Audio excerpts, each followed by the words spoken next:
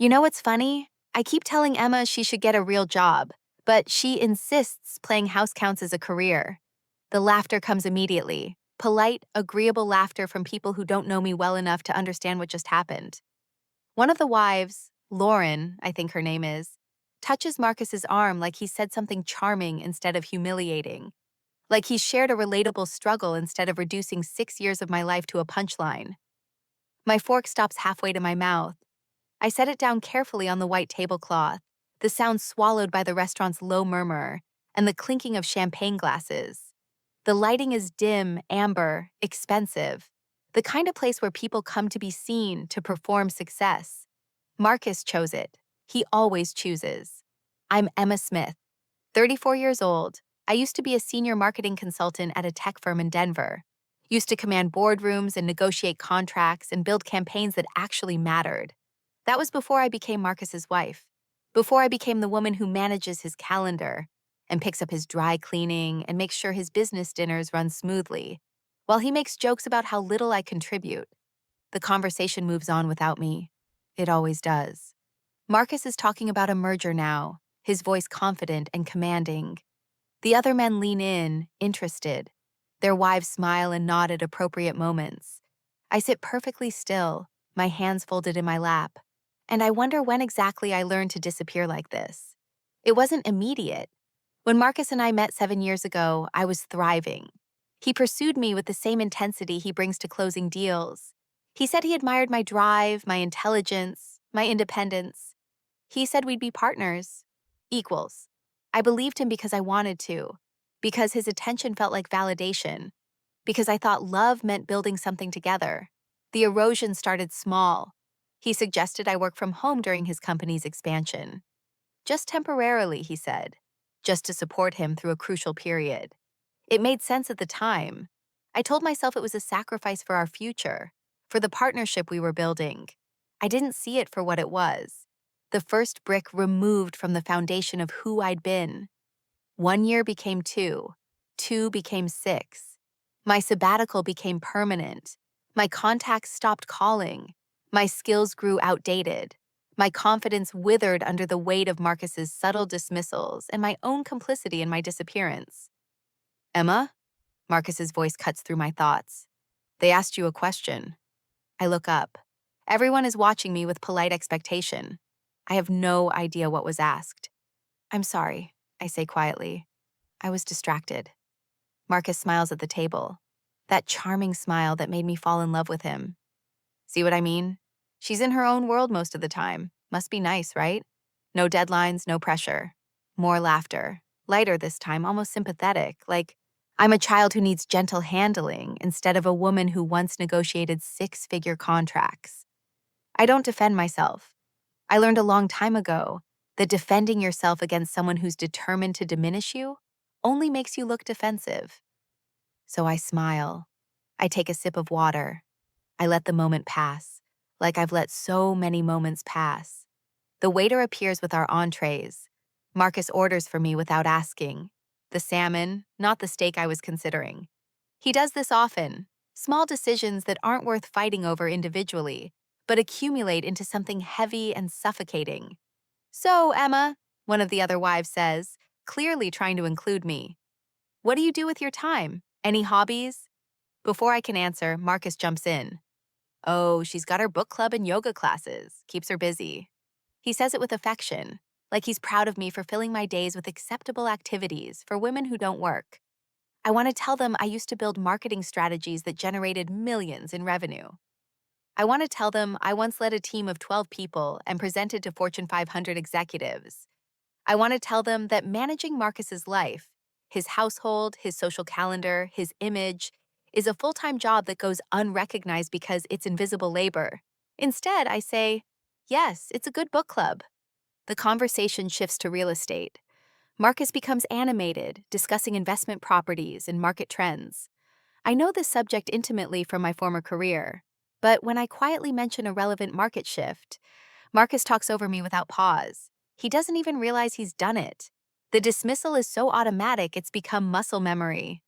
One of the business partners glances at me briefly, a flicker of something, sympathy, recognition, in his eyes.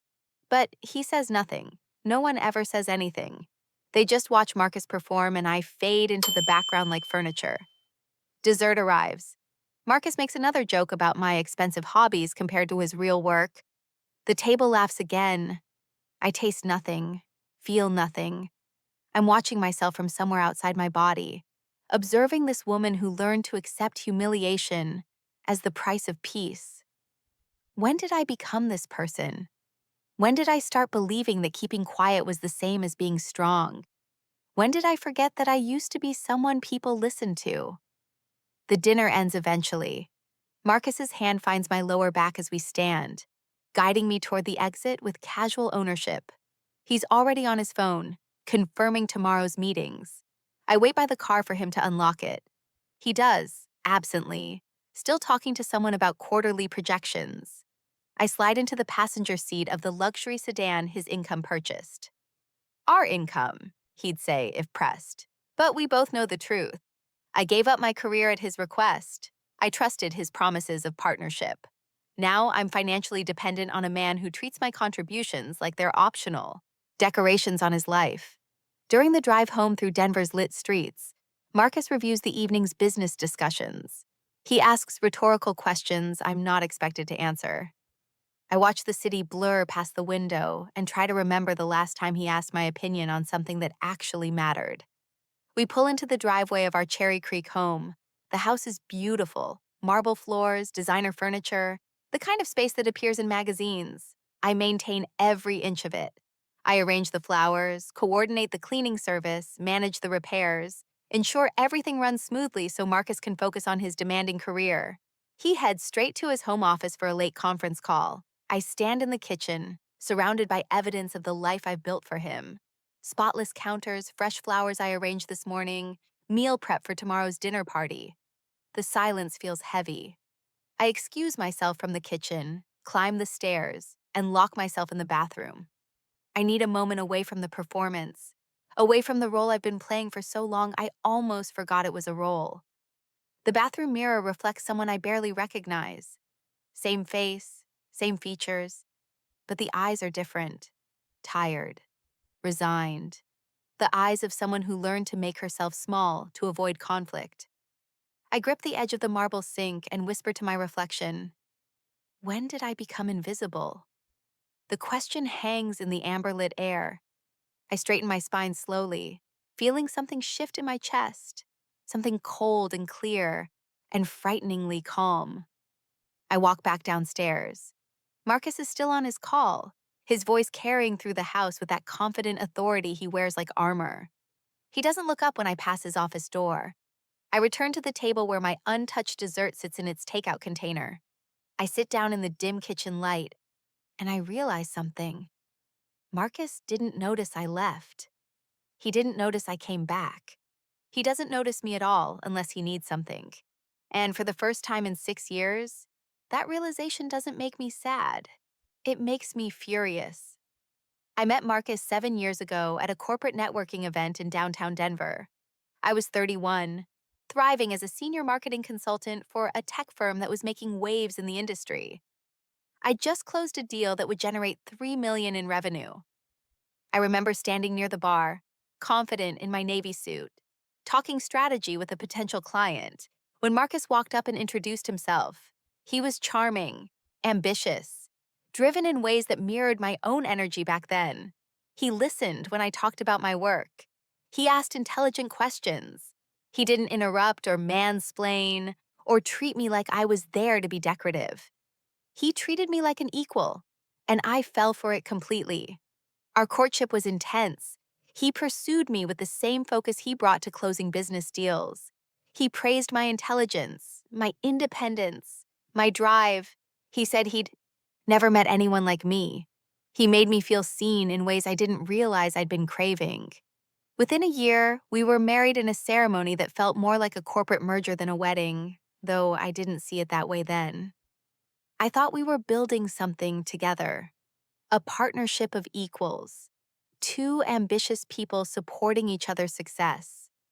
The shift started small, maybe 3 months after the wedding. Marcus suggested I work from home to support his career trajectory. His company was expanding rapidly, he explained, and he needed someone he could trust to manage the home front so he could focus entirely on growth.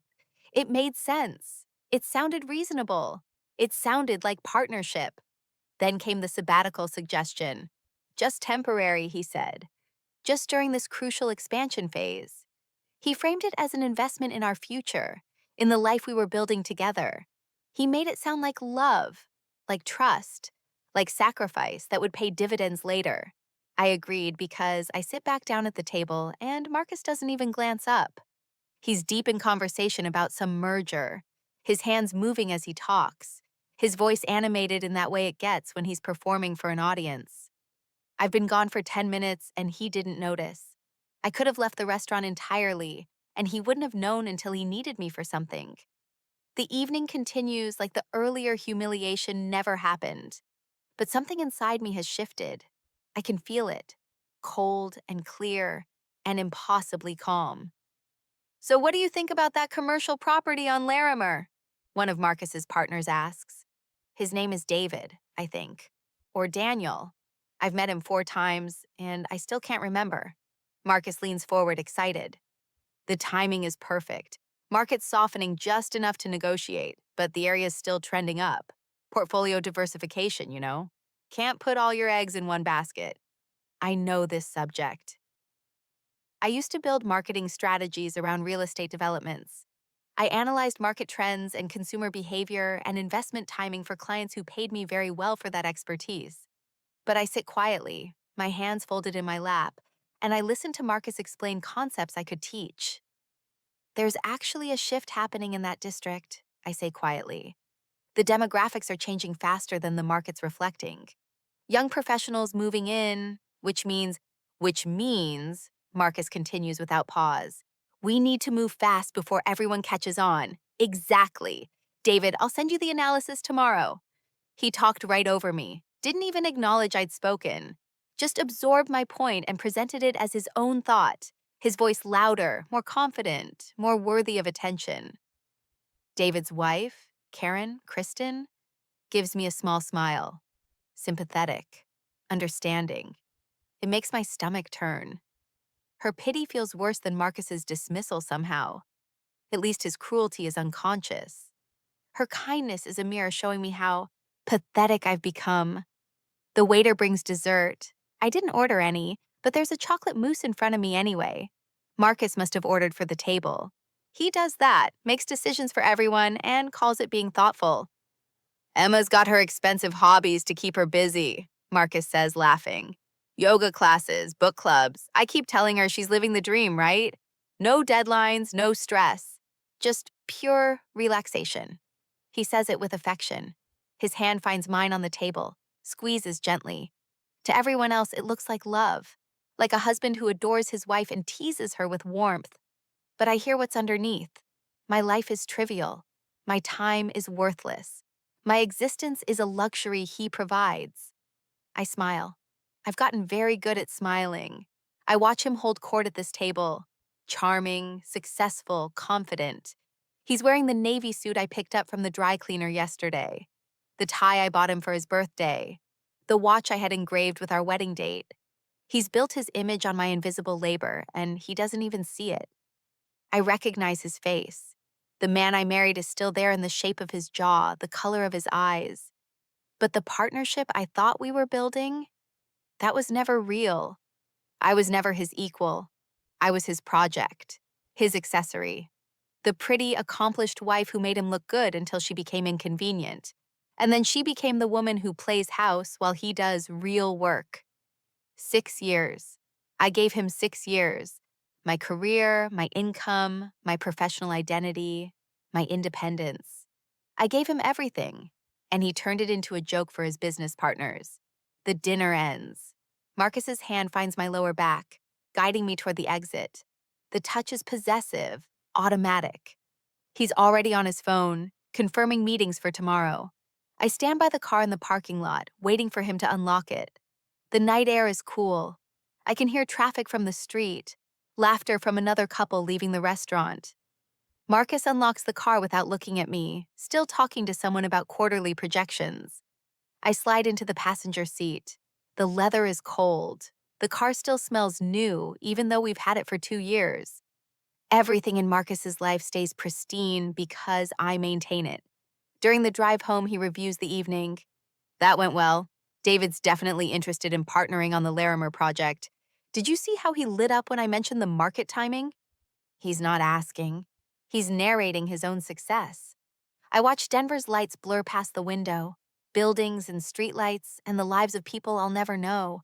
I wonder if any of them feel as invisible as I do right now. When's the last time you asked my opinion about something that mattered? I say it quietly, almost to myself. What? Marcus glances over, distracted. Nothing. He nods, already moving on.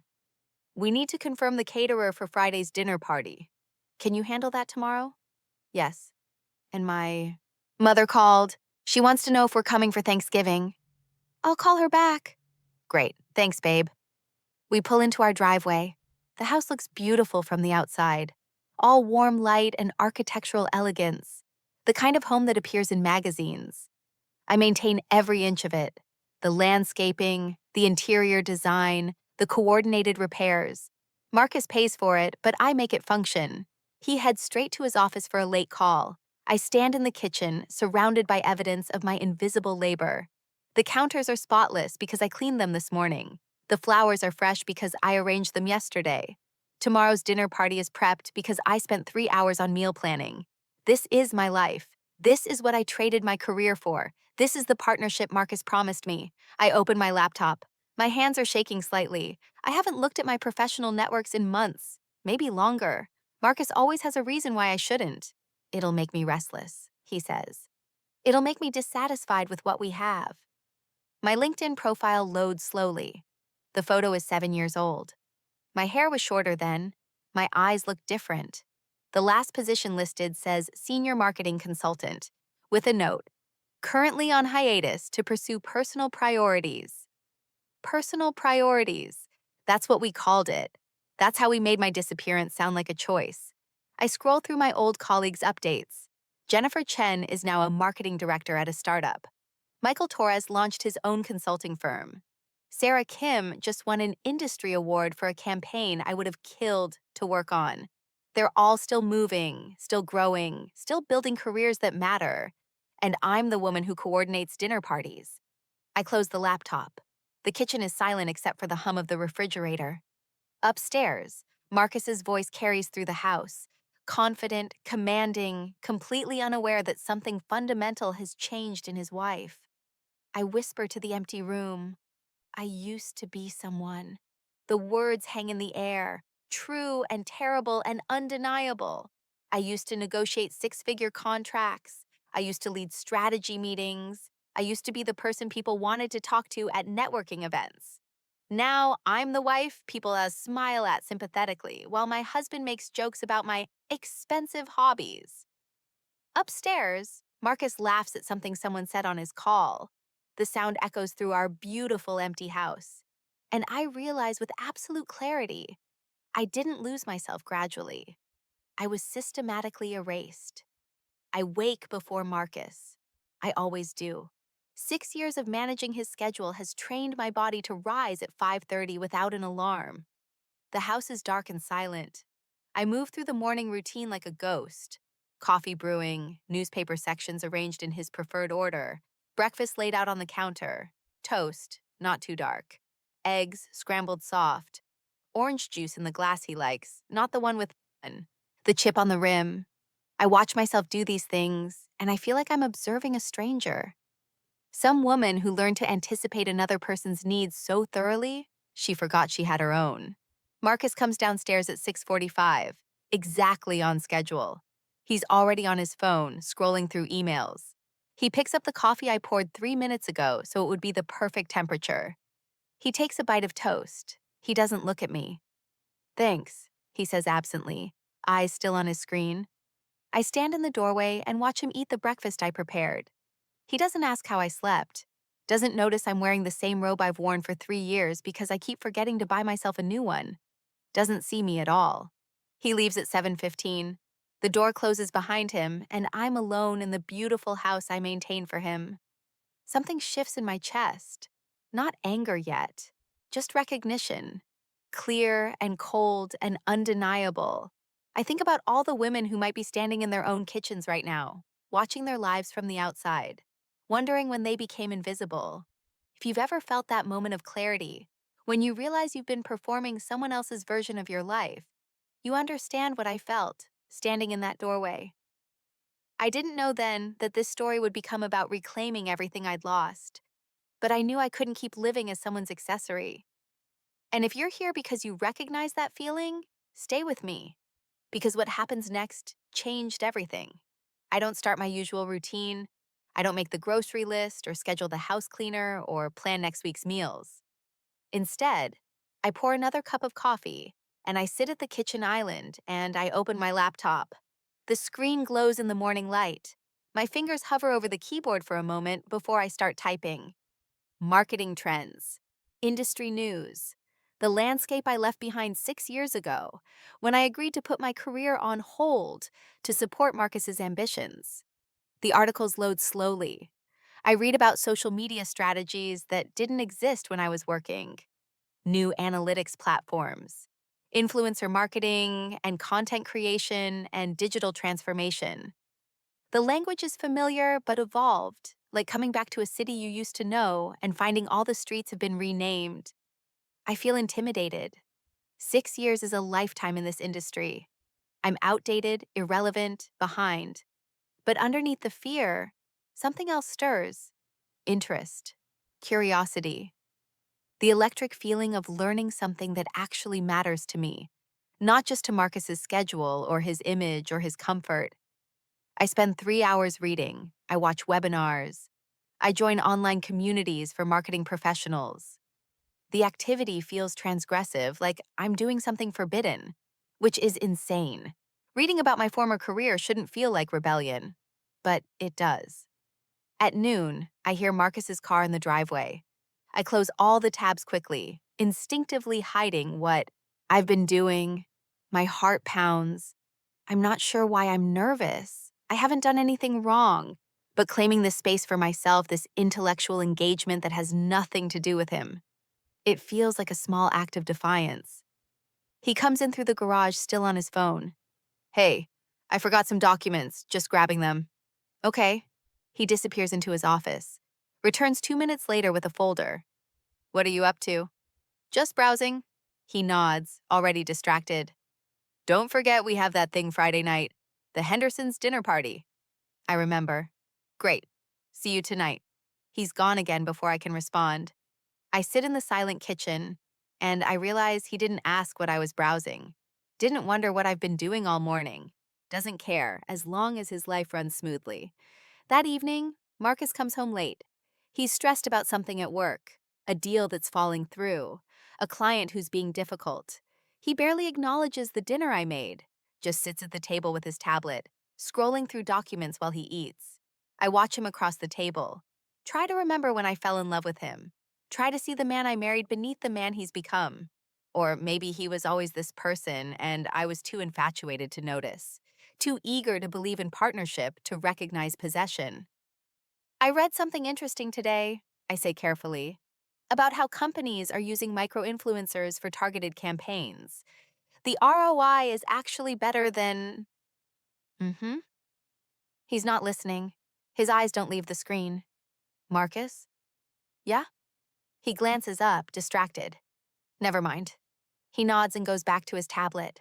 The dismissal is so automatic he doesn't even realize he's done it. My observations aren't worth his attention. My thoughts aren't substantial enough to interrupt his important work. I don't push. I just note the interaction. Add it to the growing list of evidence that this marriage is not what I thought it was. Over the next few days, I continue my secret education. I wake at 5 to study before Marcus gets up.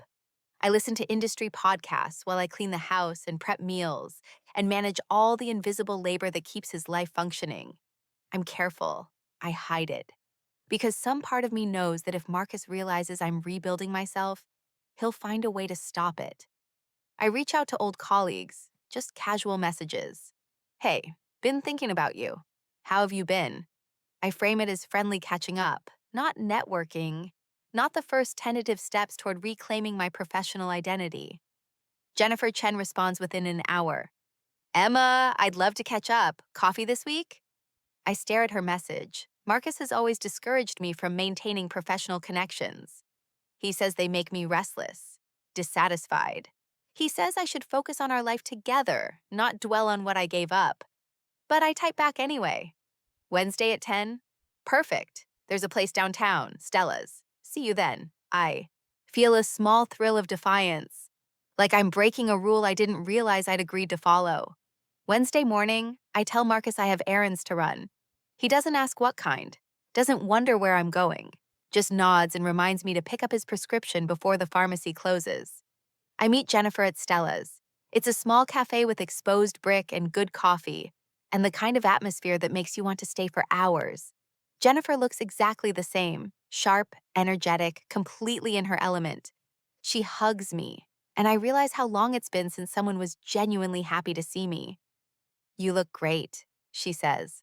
I don't. I know I don't. I look tired and diminished and like a woman who's been slowly disappearing for 6 years. But I smile and say, thanks, so do you. We order coffee and sit by the window. Jennifer tells me about her work. She's a marketing director now at a tech startup that's growing fast. Her enthusiasm is contagious. She talks about campaigns and strategies and challenges, and I feel something inside me waking up. This is the language I used to speak. This is the world I used to inhabit. So what about you? She asks. What are you working on? The question hangs between us. I could lie, could give her the polished version about supporting Marcus and taking time for personal priorities, could pretend I'm happy. Instead, I say, nothing, I'm not working on anything. Jennifer's expression shifts. Not judgment, just understanding. Are you happy, Emma? I open my mouth to say yes. The word is right there, automatic and expected, but it won't come out. The pause stretches. Jennifer waits. And in that silence, we both hear the answer. My company is always looking for talented consultants, she says gently, especially people with your background. I'm not trying to pressure you. Just, if you ever want to talk about it, I'm here. She slides her business card across the table. I pick it up. The paper feels significant in my hand, like it weighs more than it should. We talk for another hour about everything except my marriage and my disappeared career. But the card stays in my hand, and when I drive home, I tuck it into my wallet where Marcus will never think to look. That evening, Marcus mentions another business dinner. Friday night, the Johnsons are hosting. You'll come, right? Of course. Great. Wear that blue dress, the one that looks good in photos. I nod. Agree. Play my role. But inside, I'm calculating. How many more dinners will I sit through as his accessory before I remember I used to be the one people wanted to talk to? I'm cleaning Marcus's office on a Tuesday afternoon when I find it. The folder is tucked behind a stack of quarterly reports in his file cabinet, the one I'm supposed to organize but never actually read. It's labeled Personal Financial Planning in his neat handwriting. I shouldn't look. I know I shouldn't. Marcus has always been clear about his office being his private space. I maintain it, dust it, keep it organized, but I don't disturb his documents. That's the rule. But my hand reaches for the folder anyway. Something in me has shifted since that dinner 2 weeks ago. Since I realized I've been systematically erased. Since I started remembering who I used to be. I open it. The first few pages are standard. Investment accounts, property holdings, retirement funds. Numbers that mean Marcus is doing well financially. Numbers that should include me but somehow feel distant, like they belong to someone else's life. Then I see it. A document titled Asset Protection Strategy, dated 7 years ago, 6 months after we got married. My hands start shaking before I even finish reading the first paragraph. The document outlines, in cold legal language, how Marcus structured our finances to minimize my claim to his assets in the event of divorce. Every major investment is in his name alone. The house, our house, the one I contributed $20,000 toward from my own savings, has a title that excludes me entirely. His retirement accounts are shielded through trusts I was never told about. I read it twice, then 3 times. The words don't change. This wasn't standard financial planning. This wasn't protecting premarital assets. This was systematic exclusion, implemented while he was still telling me we were partners, while he was convincing me to give up my career to support our future, while I was falling asleep beside him believing we were building something together. He was protecting himself from me before I even knew I needed protecting from him. My breath comes shallow. I pull out my phone with trembling hands and photograph every page. The camera shutter sounds too loud in the silent office. I'm careful to return everything exactly as I found it.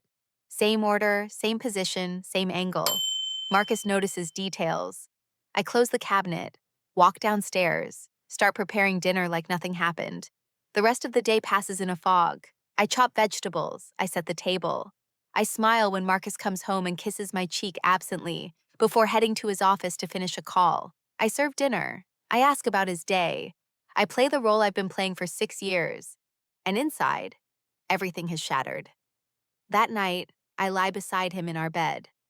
He falls asleep within minutes like he always does. No trouble sleeping, no guilt keeping him awake. Why would there be? In his mind, he's done nothing wrong. He's just been smart, strategic, protecting what's his. I stare at the ceiling and I think about the woman I was 7 years ago. The marketing consultant who earned her own money and made her own decisions and never imagined she'd end up here, financially trapped by a man who claimed to love her, while simultaneously ensuring she'd have nothing if she left. I gave up my career at his request. My income, my professional identity, my independence.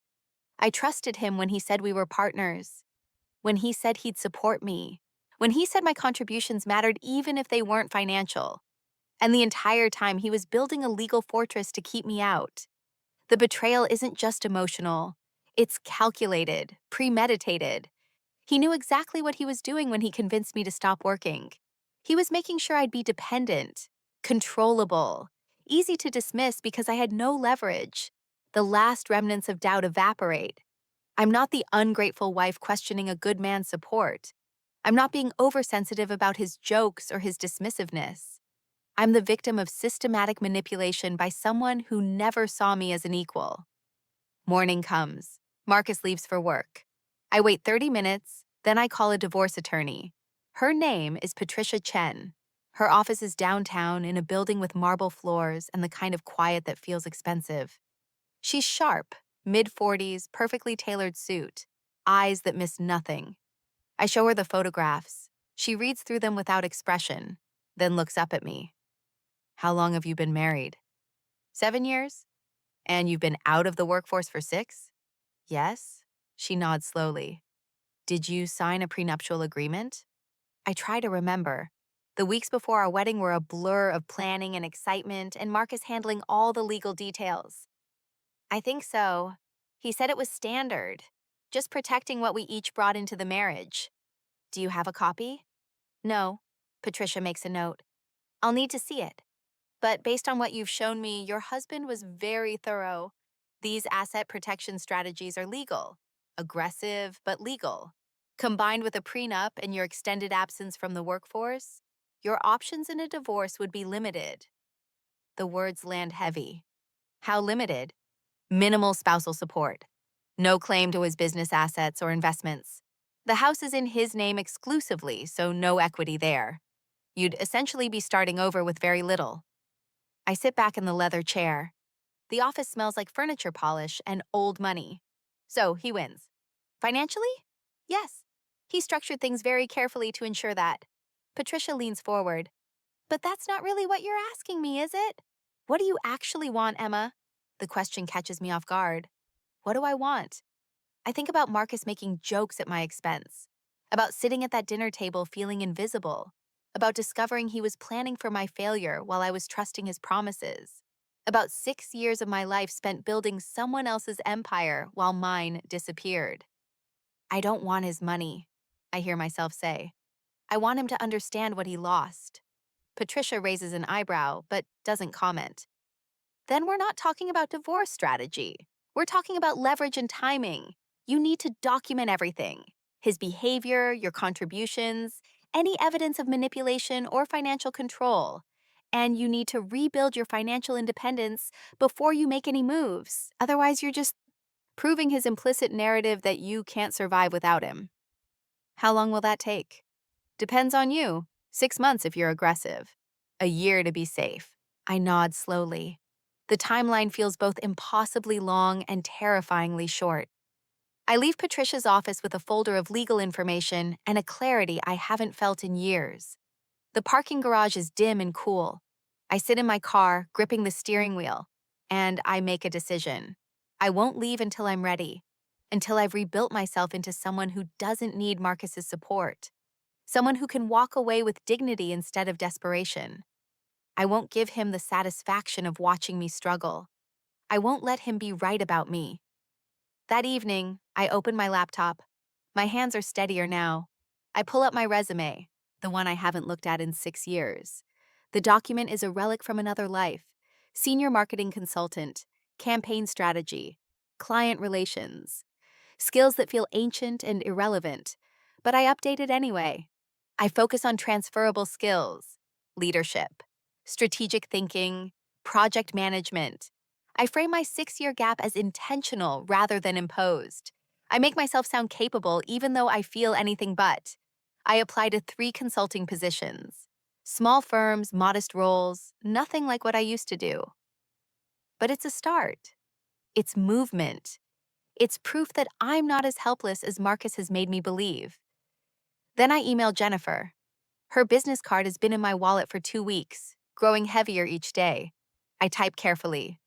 I'd like to take you up on that offer to discuss opportunities at your company. When would be a good time to talk? I hit send before I can second guess myself. Marcus comes home late. He eats the dinner I prepared without really tasting it. He retreats to his office for evening calls. I watch him move through our house with that easy confidence of someone who believes everything is under his control.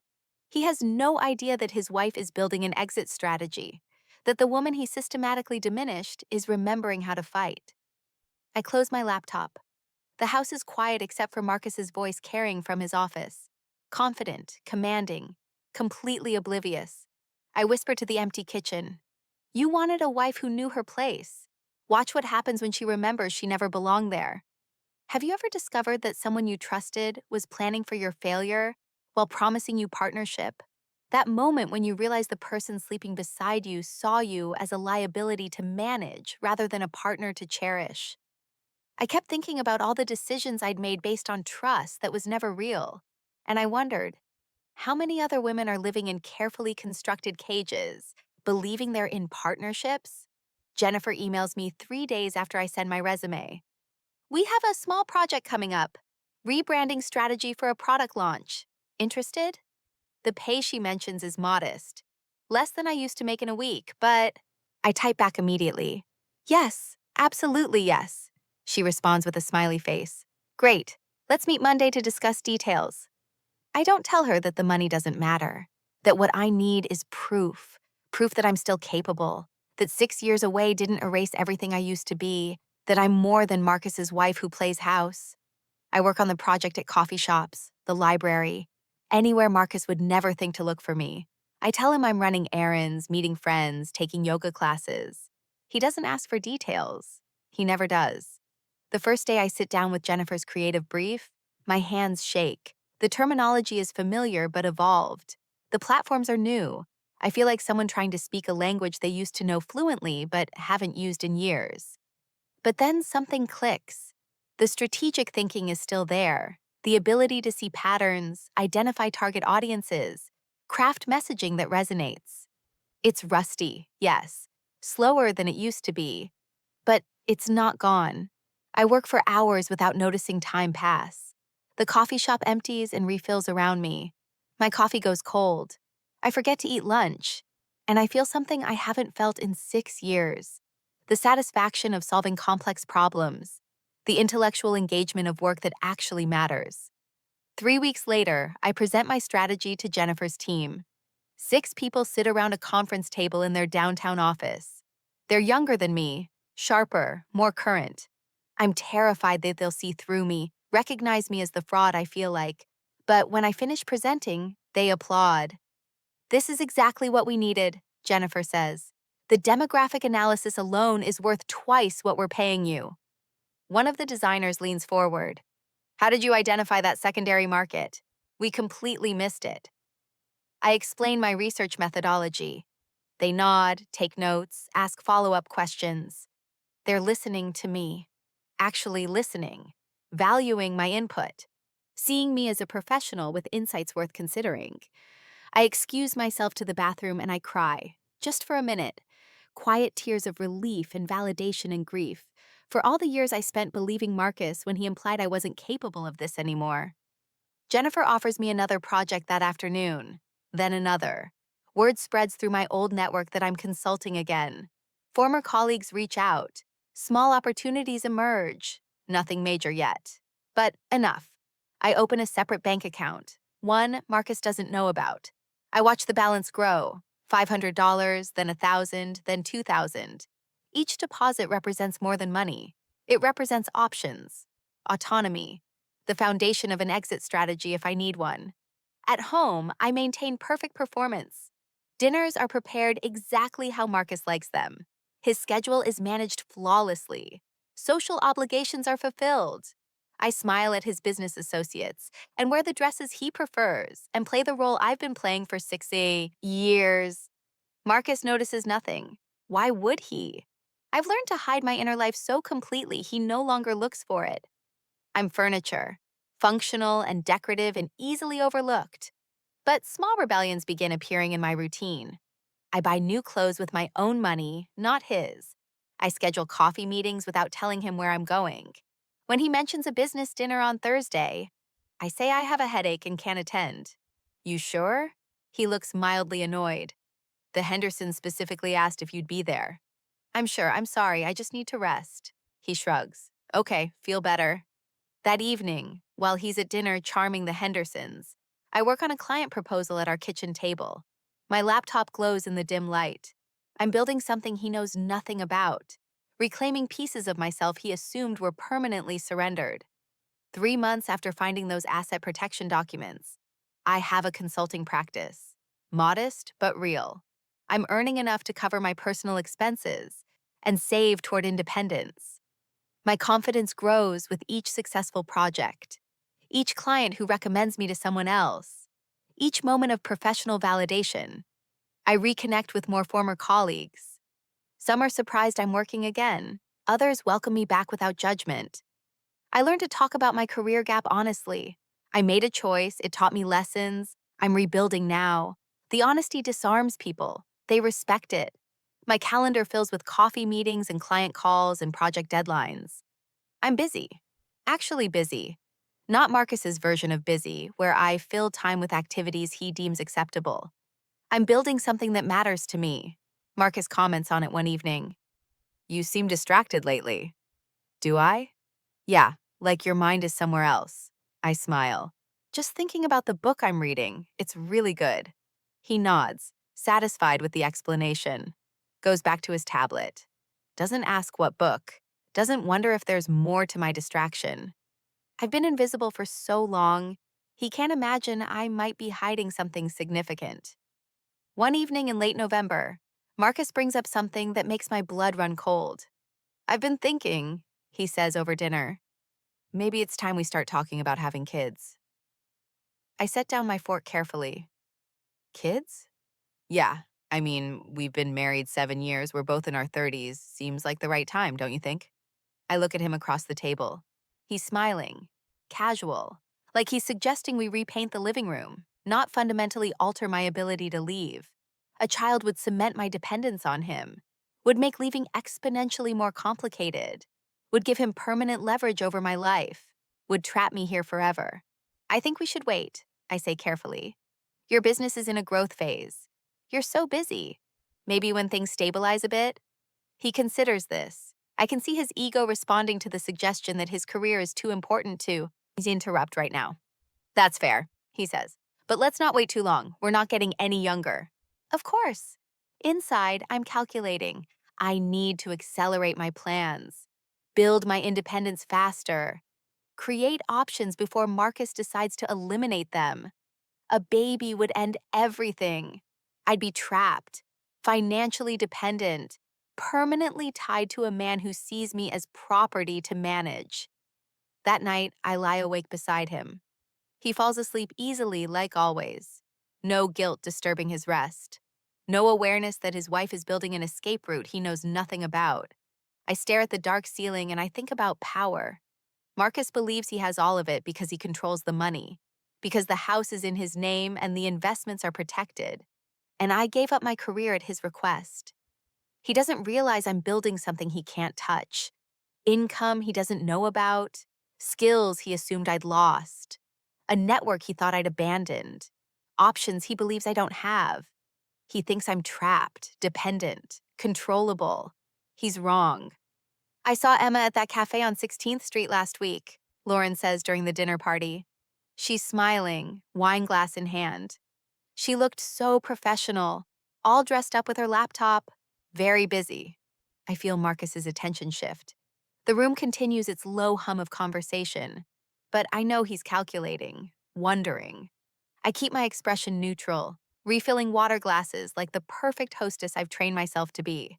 Later, after everyone leaves and I'm loading the dishwasher, he asks, "What was Lauren talking about?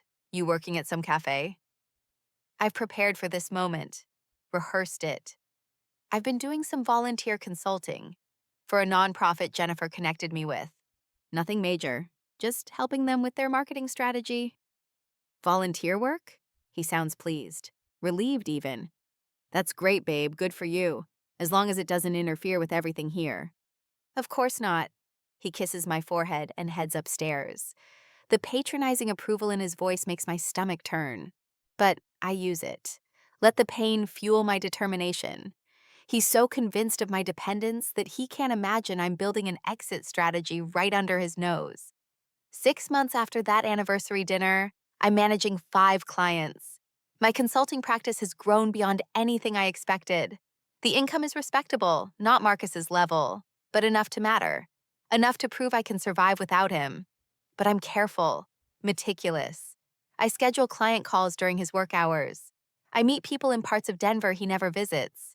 My consulting laptop stays hidden in my car. At home, I'm still the attentive wife who manages his life seamlessly.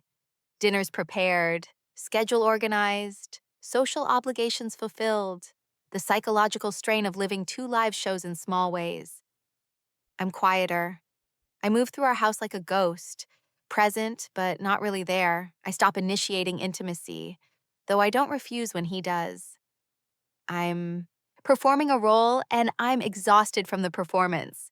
Then Jennifer calls with an offer that changes everything. "We want to bring you on full-time, senior marketing consultant. Salary, benefits, equity. You've proven yourself, Emma. We need you." The number she mentions is substantial. Not Marcus's income, but enough for me to support myself comfortably. Enough for freedom. I sit with the offer for 3 days.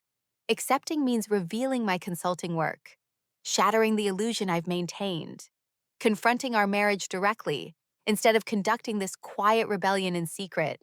But it also means real independence, the ability to leave not as a desperate, dependent spouse, but as a woman with options and dignity. I accept. That evening, I tell Marcus over dinner. I frame it carefully. I've been offered a position, part-time, very flexible. The nonprofit work led to it. I'd like to accept. His fork pauses halfway to his mouth. A job? Yes. I didn't realize the volunteer work was that serious. It wasn't at first, but they were impressed with what I did. They want to hire me. He sets down his fork. I watch the calculation happen behind his eyes. He won't forbid it outright. That would reveal his control too obviously. Instead, he'll undermine. "I'm just concerned about whether you can balance it," he says carefully. "Work and everything here. You've been away from professional environments for a long time. Are you sure you're ready for that kind of pressure?" 6 months ago, these words would have worked, would have planted doubt, made me question myself. But I've been doing this work successfully for months. I know I'm capable. I'm accepting the position. His expression tightens, just for a second. The first crack in his composure I've seen in years. Then he recovers, smiles, reaches across the table to squeeze my hand. "Congratulations, that's great. Just remember your priority is still here. Our home. Us. Of course. But we both hear what's unspoken. The battle lines being drawn, his control slipping, my refusal to seek his approval anymore. The following week, I start at Jennifer's company. The transition is terrifying. I'm rusty at office dynamics, overwhelmed by the pace, uncertain about my abilities despite 6 months of successful consulting. But my colleagues are supportive. Jennifer mentors me patiently, and slowly, my professional confidence rebuilds. I remember how to navigate meetings, how to present ideas, how to command a room. At home, Marcus's behavior shifts. He criticizes my household management, dishes in the sink, laundry not folded immediately, dinner served 15 minutes late. Things that never bothered him before suddenly require comment.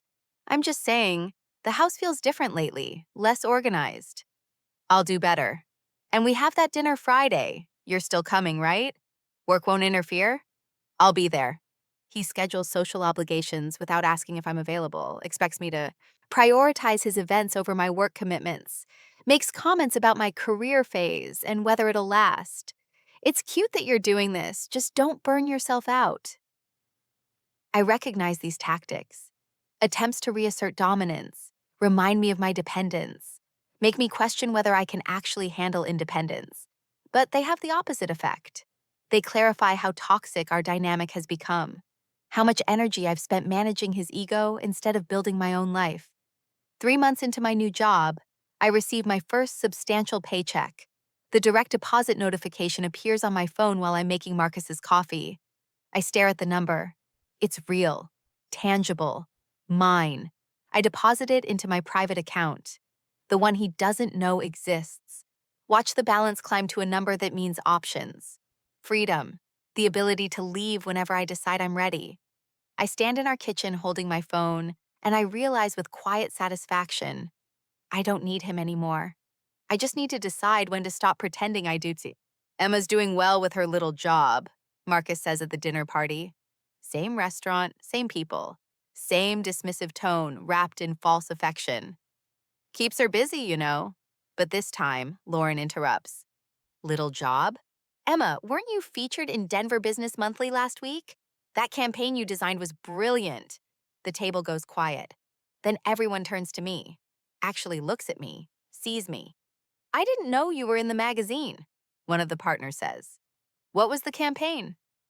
I keep my voice steady, professional. Rebranding strategy for a tech startup. We repositioned their target demographic and saw a 40% increase in engagement within 3 months. 40%? He leans forward, genuinely interested. How did you identify the market gap? I explain my research methodology. The table listens, asks questions, engages with me as an equal, not as Marcus's decorative wife who plays house. I watch Marcus's jaw tighten. Watch him realize his carefully constructed narrative is crumbling in real time. The conversation centers on me for 20 minutes.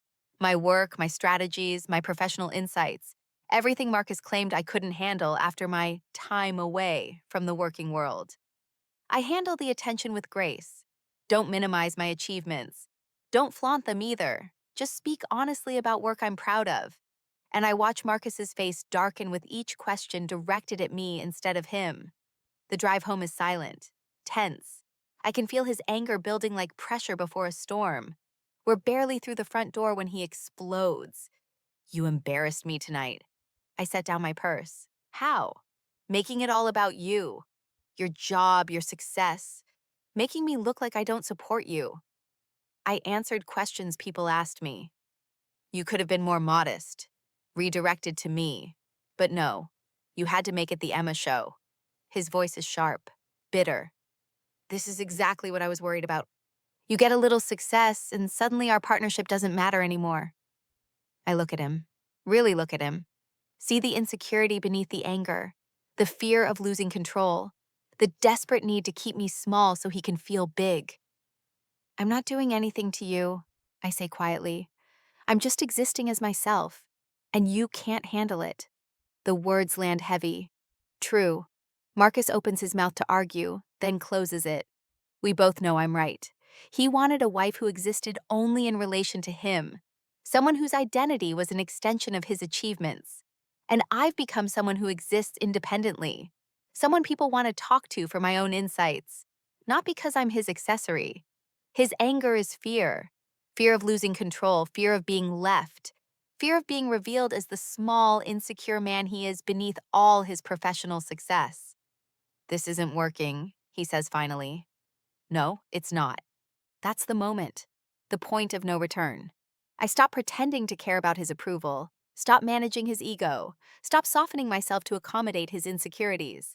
Over the following weeks, Marcus tries everything to reassert control. He criticizes my appearance. "Are you really wearing that to work?" He questions my time management. "The house is a mess. What exactly are you doing all day?" He makes unilateral decisions about our finances. "I've moved some investments around. Don't worry about it." "The house is in my name," he reminds me one evening. "My income funds this lifestyle. Don't forget that." "I haven't forgotten." He threatens to use his business connections against me. "You know how small this city's professional community is. One word from me, and your little career could get very difficult." But I've been preparing for this. I've saved enough for my own apartment, built professional relationships independent of his network, documented his financial manipulations and controlling behavior. I'm not the vulnerable woman who gave up everything at his request anymore. One evening, Marcus comes home to find me packing a suitcase. "What are you doing?" "Moving out, temporarily. I need space to think about our marriage." His face goes pale. "You're leaving?" "For now."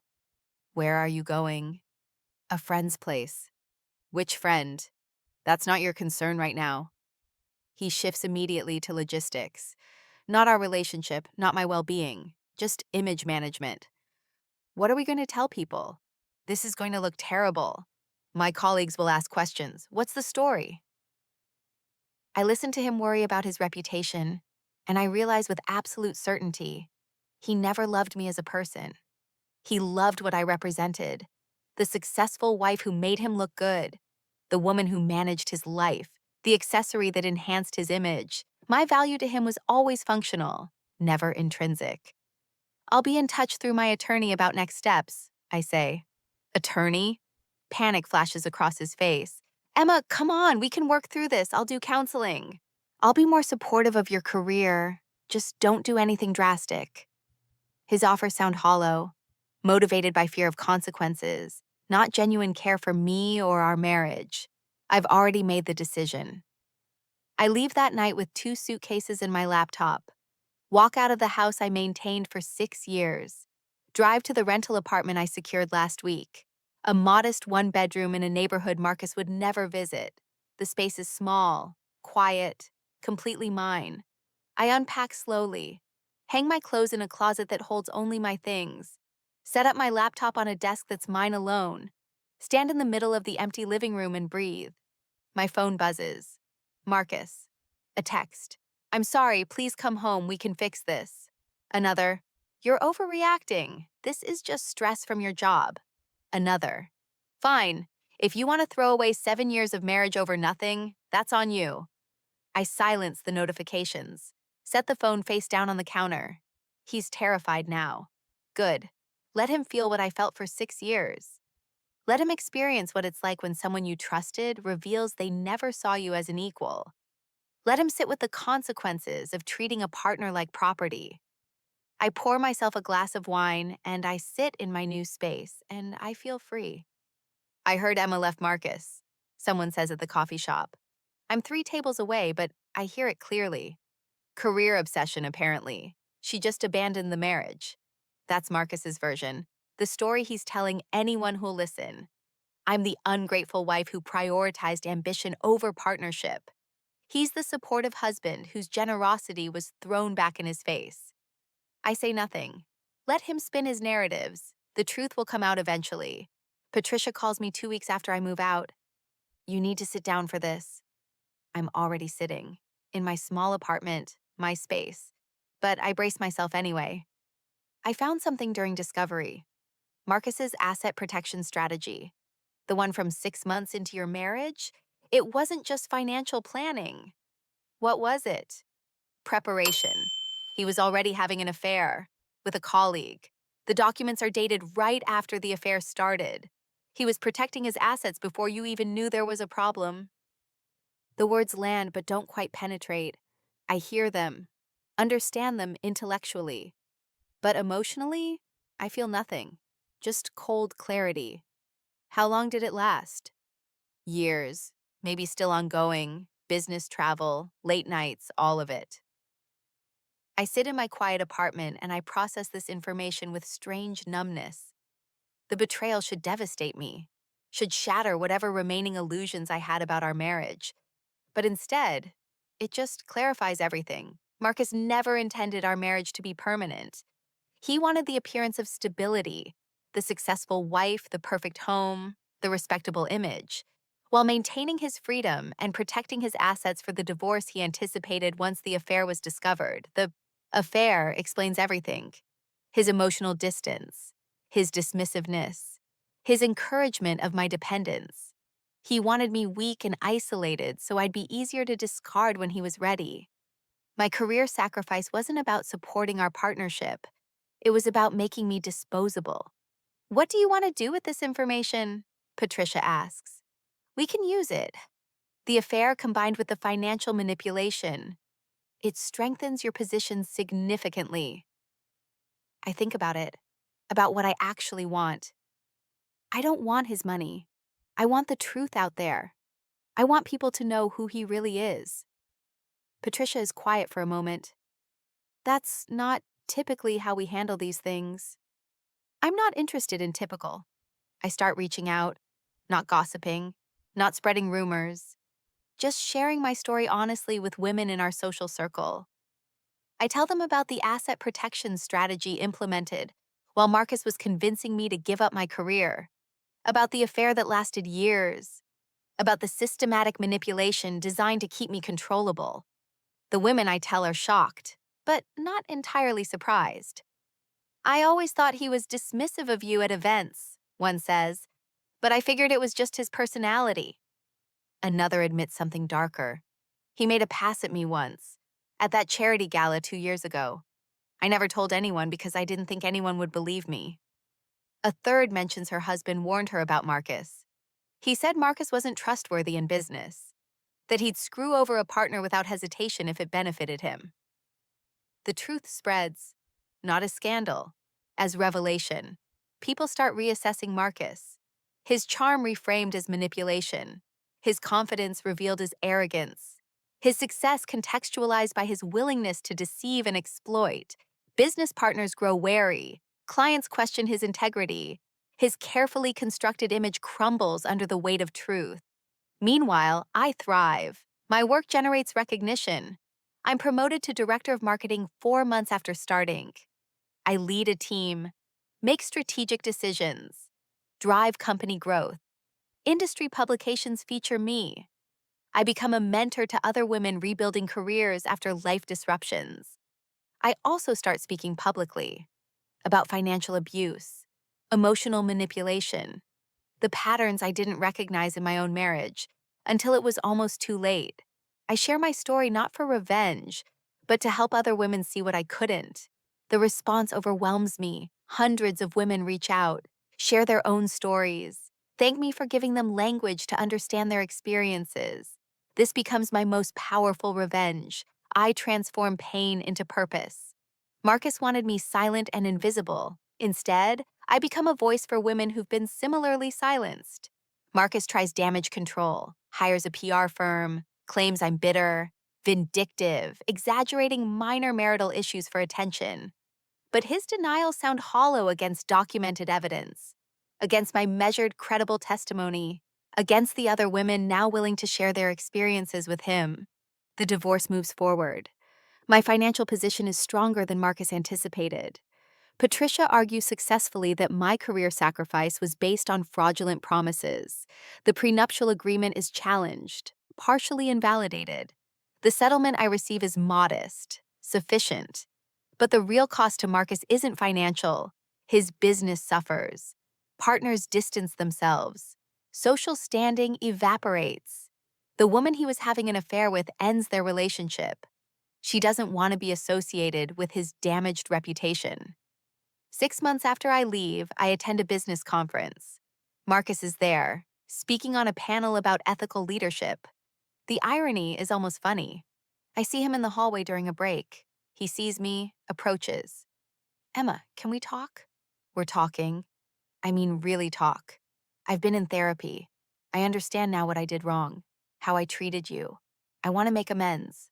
I look at him, really look at him, see the desperation beneath the rehearsed apology, the fear beneath the contrition. You're not sorry you hurt me, I say quietly. You're sorry you lost control of the narrative. His face tightens. That's not fair, isn't it? You're here trying to reclaim the story, make yourself the man who grew and changed. But you're only sorry because your life fell apart, not because you hurt me. I did hurt you. I know that now. You knew it then too. You just didn't care. He reaches for my arm. I step back. Emma, please, I miss you. I miss us. You miss having someone to control. That's not the same thing. I walk away, leave him standing in the conference hallway. My hands are steady. My breath is calm. The encounter that might have devastated me a year ago is now just a moment. Significant, but not defining. When someone who systematically diminished you suddenly wants you back because you've rebuilt yourself without them, is that love or just wounded ego? I looked at Marcus trying to reclaim the narrative he'd lost, and I wondered, how many people mistake control for connection, possession for partnership? Sometimes the cruelest thing someone can do is make you believe you need them, and the kindest thing you can do for yourself is prove them wrong. Did you get revenge on him? Sarah asks at my housewarming party. She's holding a glass of wine, smiling, genuinely curious. I mean, after everything he did? I consider the question. Look around my small house, the one I bought with my own money, furnished with pieces I chose because I actually like them, not because they project the right image. My living room is full of people who know me, really know me, not Marcus's version of me. Revenge would mean I'm still defining my success in relation to him, I say. This isn't revenge, it's freedom. The best thing I ever did was stop caring what he thinks of me. Sarah nods slowly, understands. 1 year after leaving Marcus, my life is unrecognizable. I'm not just surviving. I'm thriving in ways that have nothing to do with him. My position at the startup evolved into leadership. When the company received venture capital funding last month, they offered me equity. I'm a part owner now. The financial security I once derived from Marcus's income now comes from my own professional success, my own strategic investments, my own choices. But the empire I've built isn't just professional. I've rebuilt my entire life with intentionality, surrounded myself with people who value me for myself, not for what I provide them. My friendships are deeper now, real, no longer filtered through Marcus's approval or his social climbing. I date casually, learn to recognize red flags I missed before, refuse to compromise my independence for companionship. I'm learning what healthy partnership actually looks like, and it looks nothing like what I had with Marcus. 6 months ago, I launched a nonprofit.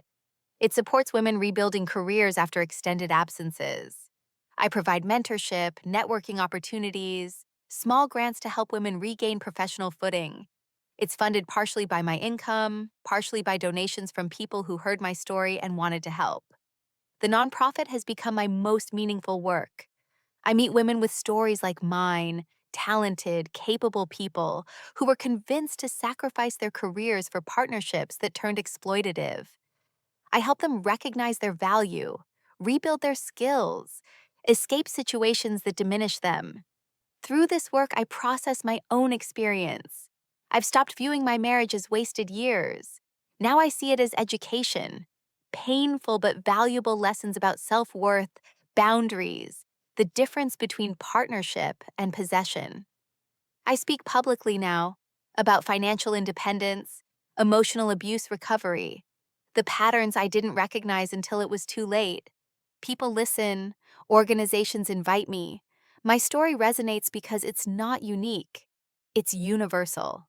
I hear about Marcus sometimes, through former mutual friends. His business is struggling.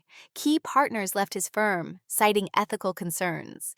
His attempts to rebuild his image fail because people recognize them as performance, not genuine growth. I feel nothing when I hear these updates. No satisfaction, no vindication. I've moved beyond needing his failure to validate my success. His struggles are consequences of his own choices, not my revenge. The distinction matters to me, though I do feel something when other women come forward with their own stories about Marcus. His inappropriate behavior, his manipulative patterns. My willingness to speak publicly gave them permission to share their experiences. Together, we created a pattern impossible to dismiss as one bitter ex-wife's vendetta. The divorce finalized 3 months ago. The settlement was fair. Not generous, but fair. I walked away with enough assets to feel respected. But more importantly, I walked away with my dignity, my career, my sense of self. Things Marcus tried to take but ultimately couldn't. I bought this house with my settlement and savings. It's small, a 2-bedroom in a neighborhood I love. I furnished it with pieces I chose based on my own taste. Comfortable furniture, art I genuinely love, books I actually want to read. The space is entirely mine, evidence of my authentic life. Tonight, it's full of my chosen family, colleagues from work, friends who supported me through the divorce, women from my nonprofit who've become friends, people who know and value the real me. The gathering is warm, genuine, nothing like the performative social events I endured during my marriage.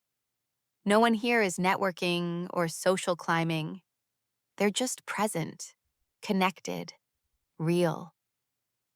I stand in my kitchen watching people laugh and talk, and I feel something I haven't felt in years. Peace. Not the absence of conflict, the presence of authenticity. The knowledge that every person in this room sees me, actually sees me, and chooses to be here anyway. "This is a beautiful home," Jennifer says, joining me by the counter. "You've built something really special, Emma." "Thank you for everything. I wouldn't be here without you." "You would have found your way. Maybe it would have taken longer, but you would have gotten here." I'm not sure that's true, but I appreciate her faith in me. As the party winds down and people start leaving, I stand in my living room surrounded by the evidence of my rebuilt life. My home, my career, my purpose, my chosen family. None of it depends on Marcus's approval or support. None of it can be taken away by someone else's manipulation. I didn't just survive Marcus. I became someone he could never diminish again. "Emma, can we talk?" I turn and Marcus is standing there. The charity gala hums with conversation around us, but I hear only the hesitation in his voice. 18 months since I left, and he looks diminished, older. The confidence that once defined him replaced by something desperate. "Privately?" he adds. I nod, follow him to a quiet balcony overlooking the city. The night air is cool. I'm calm. I have nothing to fear from him anymore. "I've been in therapy," he starts. The words sound rehearsed. "I understand now. How I treated you. I want to make amends." I listen without interrupting. Watch him perform contrition like he used to perform charm. This isn't genuine remorse. It's another manipulation, an attempt to rewrite history, to position himself as someone who grew rather than someone who got caught. "You're apologizing because your life fell apart," I say when he finishes. "Not because you hurt me. If everything had gone according to your plan, if I'd stayed small and dependent, if the affair hadn't been discovered, if your reputation had remained intact, you'd still be treating me exactly the same way. That's not, you didn't love me. You loved having me. The accomplished wife who made you look good, who managed your life, who asked for nothing. When I started existing as a person with my own needs and ambitions, you couldn't handle it. That's not love. That's ownership." The truth lands heavy between us. His expression shifts from apologetic to defensive. "You're so unforgiving," he says. "I'm trying to grow here, to acknowledge my mistakes. But you won't even give me credit for trying." The accusation reveals everything. He still doesn't understand. He's not sorry for diminishing me. He's sorry for the consequences he's experiencing. I feel a wave of pity, not the kind that makes me want to help, just sadness for someone so emotionally stunted he can't comprehend genuine partnership. Marcus is trapped in a worldview where relationships are transactional, where love is possession, where another person's independence is a threat. I hope you figure out how to value people for who they are rather than what they provide you, I say. But I won't be part of that journey. I'm done being your lesson. He reaches for my hand. I miss you. I miss us. I step back. Maintain distance. You miss having someone to control. That's not the same thing. I return to the gala, leave him on the balcony. My hands are steady, my breath calm. The encounter that might once have devastated me is now just a moment. Significant, but not defining. Part of my history, but not my present. I deliver my speech 20 minutes later. Talk about financial independence, emotional recovery, the patterns I didn't recognize in my own relationship. I don't name Marcus. Focus on systems rather than individuals. The message resonates because it's universal. After, women approach me, share their own stories. I listen, offer resources, provide encouragement.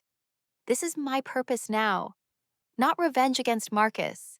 Support for others escaping similar situations. As the evening ends, I see Marcus leaving alone. I feel nothing. Not satisfaction, not anger, not even curiosity about his life. He's become irrelevant to my narrative, a character in my origin story, but not my present or future. Driving home that night, I think, the opposite of love isn't hate, it's indifference. And I finally got there. You've built something extraordinary, the woman says as she hands me the award.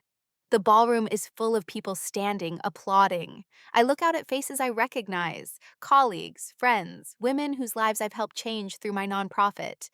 2 years after leaving Marcus, my small mentorship program has evolved into something I never imagined.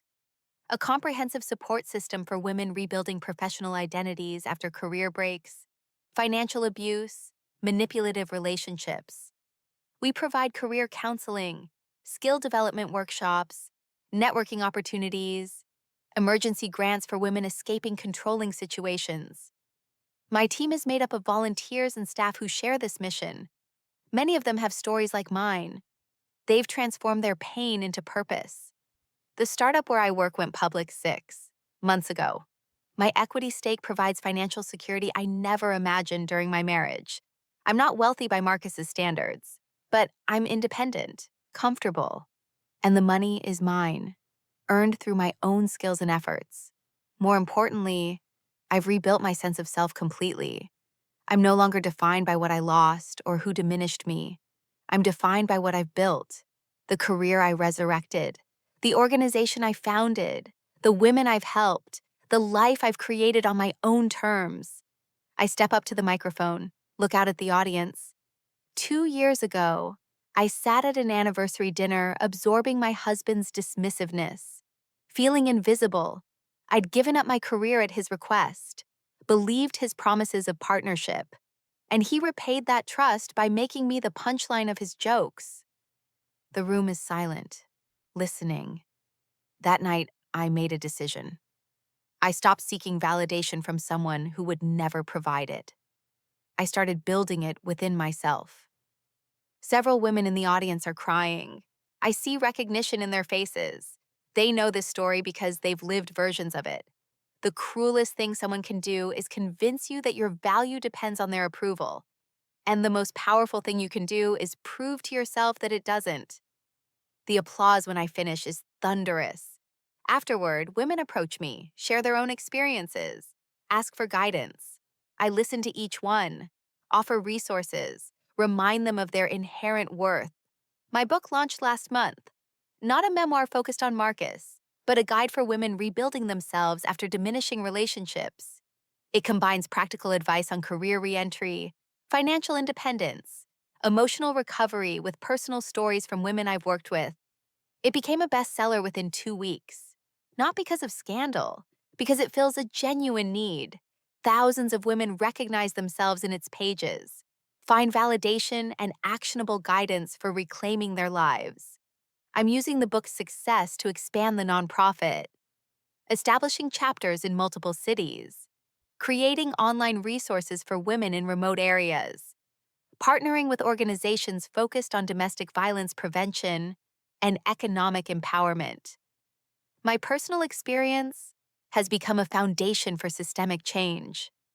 Through this work, I've met other women who've transformed pain into purpose, built friendships with activists, entrepreneurs, advocates who understand the journey from victimhood to empowerment. These relationships are reciprocal, genuine, nothing like the transactional social connections I maintained during my marriage. I've also allowed myself to fall in love again, cautiously, with clear boundaries and maintained independence. Daniel is an architect. He admires my strength, supports my work without trying to control or diminish me. Our relationship is characterized by mutual respect, genuine partnership, celebration of each other's independent achievements. He's nothing like Marcus. He asks about my day and actually listens, supports my career without feeling threatened, values my opinions, treats me as an equal partner in all decisions. With him, I've learned what healthy partnership actually looks like. But I'm careful not to define myself through this relationship either. I maintain my independence, my separate interests, my own identity. I've learned that the foundation of healthy partnership is two whole people choosing each other, not two halves trying to complete each other. Today marks 2 years since I left Marcus.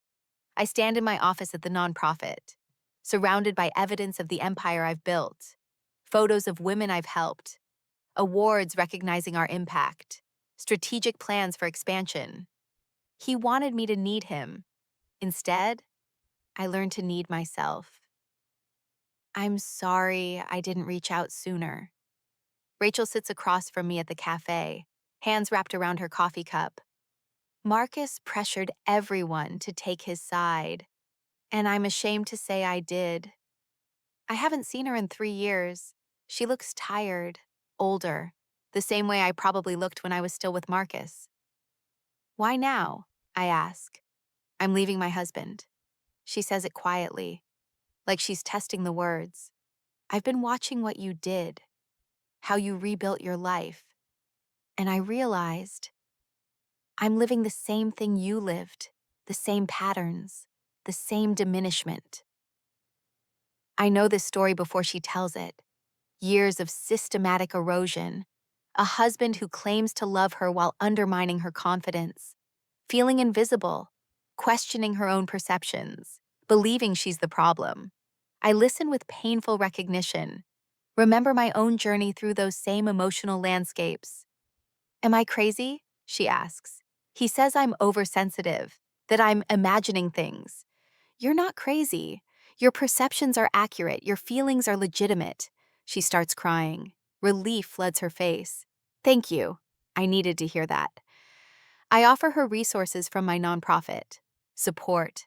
Validation. Watch her shoulders drop as the weight of doubt lifts slightly. I remember how crucial that validation was during my own awakening. Later, I realized something profound. My story has created ripples far beyond what I imagined.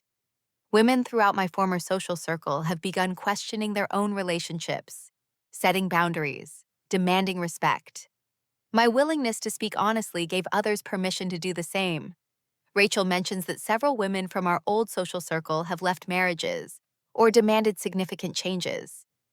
Marcus's behavior, once normalized or excused, is now recognized as unacceptable. The culture that enabled his manipulation has shifted because I refuse to stay silent. He's engaged again, Rachel says carefully, to a woman who works for him. She's 26. The pattern is repeating. Marcus seeking someone with less power, less experience, someone he can more easily control. My initial reaction is concern for this woman, followed by acceptance that I can't save everyone. I can share my story, provide resources, create systems to support women escaping controlling relationships. But each woman must make her own choices, learn her own lessons. I do ensure my book and nonprofit resources are visible, accessible, If Marcus's new fiancé ever needs them, they'll be available. I plant seeds of awareness without directly interfering, the most I can ethically do. My life continues to flourish. The nonprofit receives a major grant that allows significant expansion. My relationship with Daniel deepens into genuine partnership characterized by mutual respect. My career reaches new heights. I'm recruited to join boards for several organizations focused on women's economic empowerment. I realize the empire I've built isn't material. It's influence, impact, the ripple effect of my choices. Every woman I help rebuild her career. Every story I share that gives someone else permission to leave a diminishing relationship. Every system I create to support women's independence. That's my empire. I think about the journey from that anniversary dinner to now. The woman who sat silently absorbing humiliation seems like a stranger. Yet I recognize her, understand her fear, her conditioning, her desperate hope that love meant accepting diminishment. But I also recognize her strength. She didn't stay invisible, didn't accept the narrative Marcus tried to impose. She fought back, not with manipulation and control, but with truth, persistence, the quiet determination to reclaim herself. 3 years after walking out of that restaurant, I returned to the same location.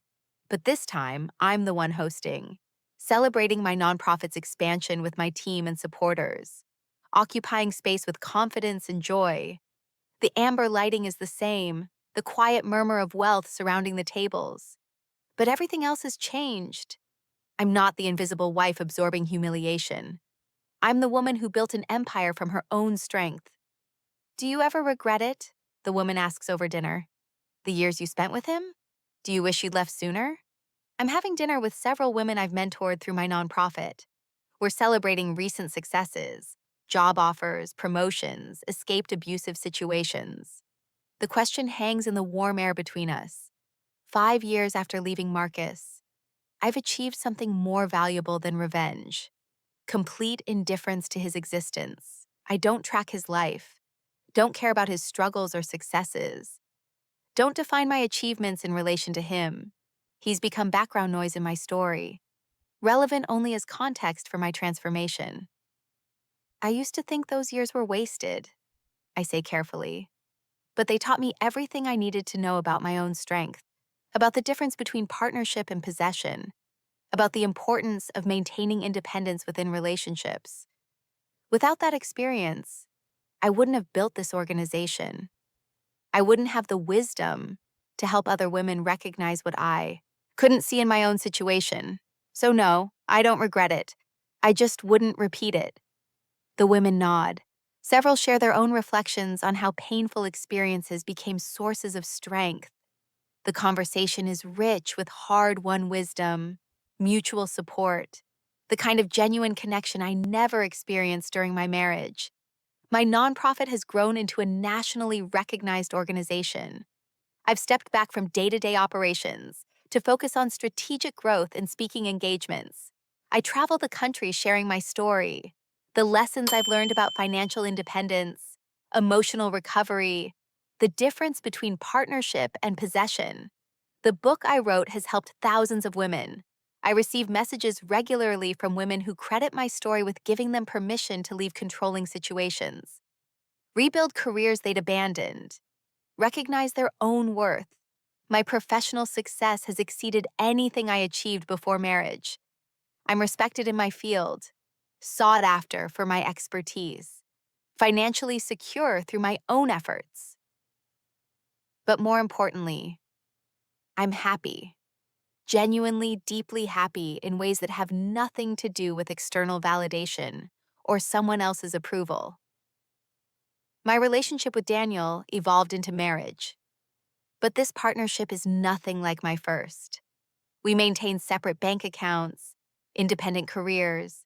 We support each other's ambitions without feeling threatened, celebrate each other's successes without competition. We've built a relationship based on mutual respect, genuine affection, the understanding that love means supporting someone's growth, not controlling their choices. We bought a home together, but I kept the small house I purchased after leaving Marcus. I use it as office space for my nonprofit, as a reminder of my journey, the physical representation of my independence, and the life I built alone before choosing to share it with someone who deserves me. Last week, I spoke at a business conference. Marcus was there too, speaking on a panel about ethical business leadership. The irony wasn't lost on me. I delivered a keynote about building businesses that empower rather than exploit, about leadership that values people's humanity rather than just their productivity. The speech received a standing ovation. Afterward, I was surrounded by people wanting to connect, collaborate, learn from my experience.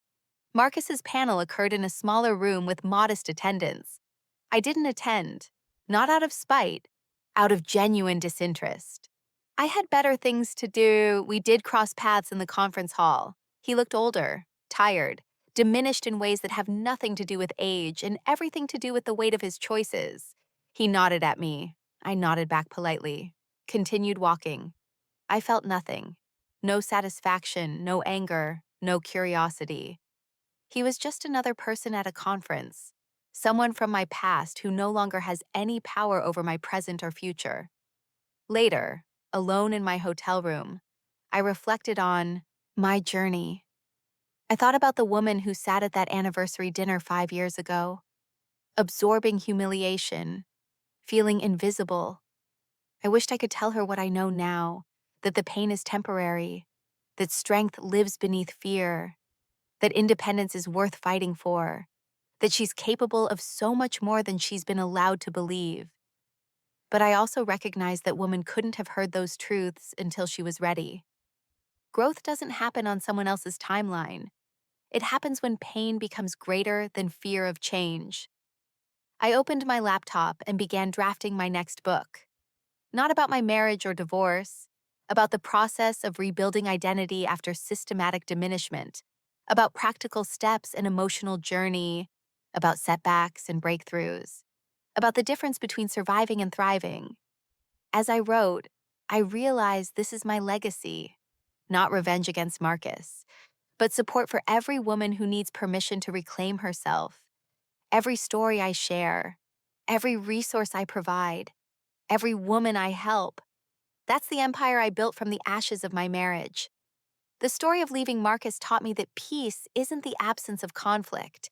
It's the presence of self-respect. It's knowing your worth doesn't depend on someone else's recognition. It's building a life so full of purpose and genuine connection that the people who diminished you become irrelevant. I share this story not for sympathy or validation, but because I know there are others sitting at their own version of that anniversary dinner, absorbing humiliation and wondering if they're the problem. You're not. And you're capable of so much more than you've been allowed to believe. If this story resonated with you, if you found yourself in these words, I hope you'll share it with someone who needs to hear it. And if you want to follow more stories about reclaiming yourself and building the life you deserve, I'd be honored to have you here. I close my laptop, look out at the city lights. Tomorrow, I'll return home to Daniel, to my work, to the life I've built through determination and the refusal to stay small. But tonight, I sit with the profound satisfaction of someone who transformed pain into purpose, who chose growth over bitterness, who built an empire from her own strength. I whisper to the reflection in the window, to the woman I was and the woman I've become. He wanted me to need him. Instead, I learned I was enough all along. Thank you for speaking out about my father. The young woman approaches me after the ribbon-cutting ceremony. She's nervous, 22 maybe. I'm Marcus's daughter from his second marriage. I wasn't expecting this. 7 years after that anniversary dinner, I'm standing at the opening of my nonprofit's national headquarters. A beautiful space funded through book proceeds, speaking fees, donations from people inspired by this mission. And Marcus's daughter is thanking me. I've been following your work, she continues.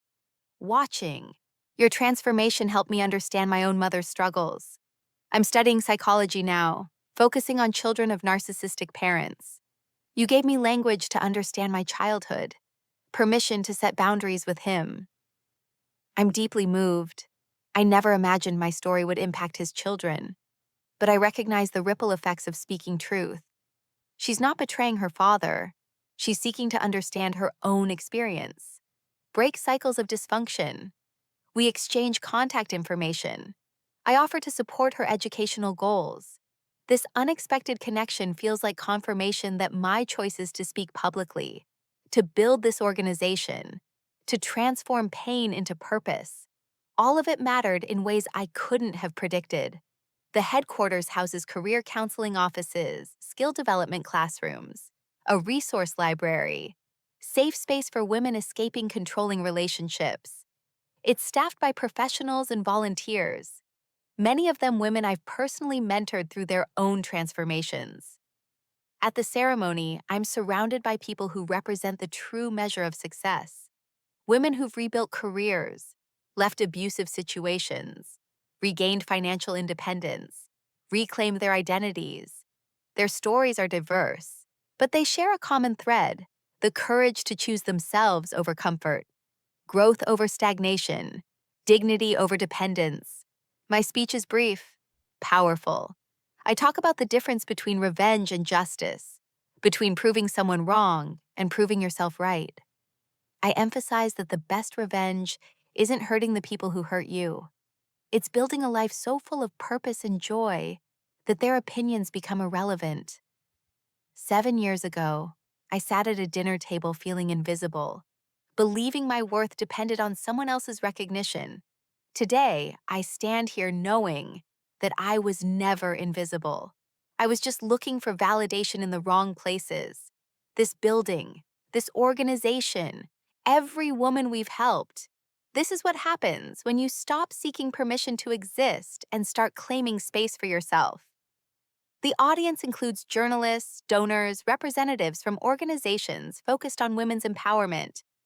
But my eyes keep returning to the women I've worked with directly, the ones who remind me why this work matters, why my pain had purpose, why telling my story was worth the vulnerability.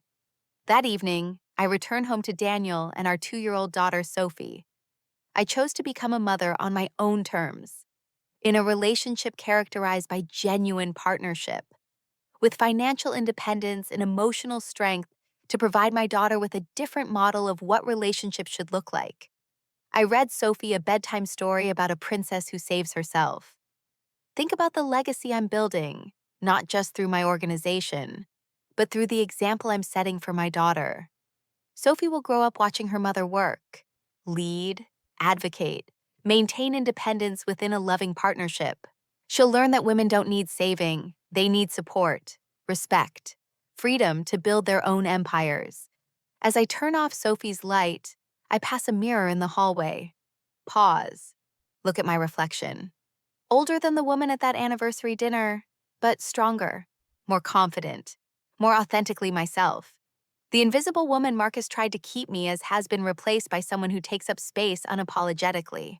I smile at my reflection. Remember the question I asked myself 7 years ago in that restaurant bathroom? When did I become invisible? I have my answer now. I never was. I was always there, always strong, always capable. I just needed permission to believe it. And the empire I built, the nonprofit, the advocacy work, the women I've helped, the daughter I'm raising, the partnership I've chosen, the life I've created. That empire is built on the foundation of one simple truth. I was always enough. Marcus wanted to break me.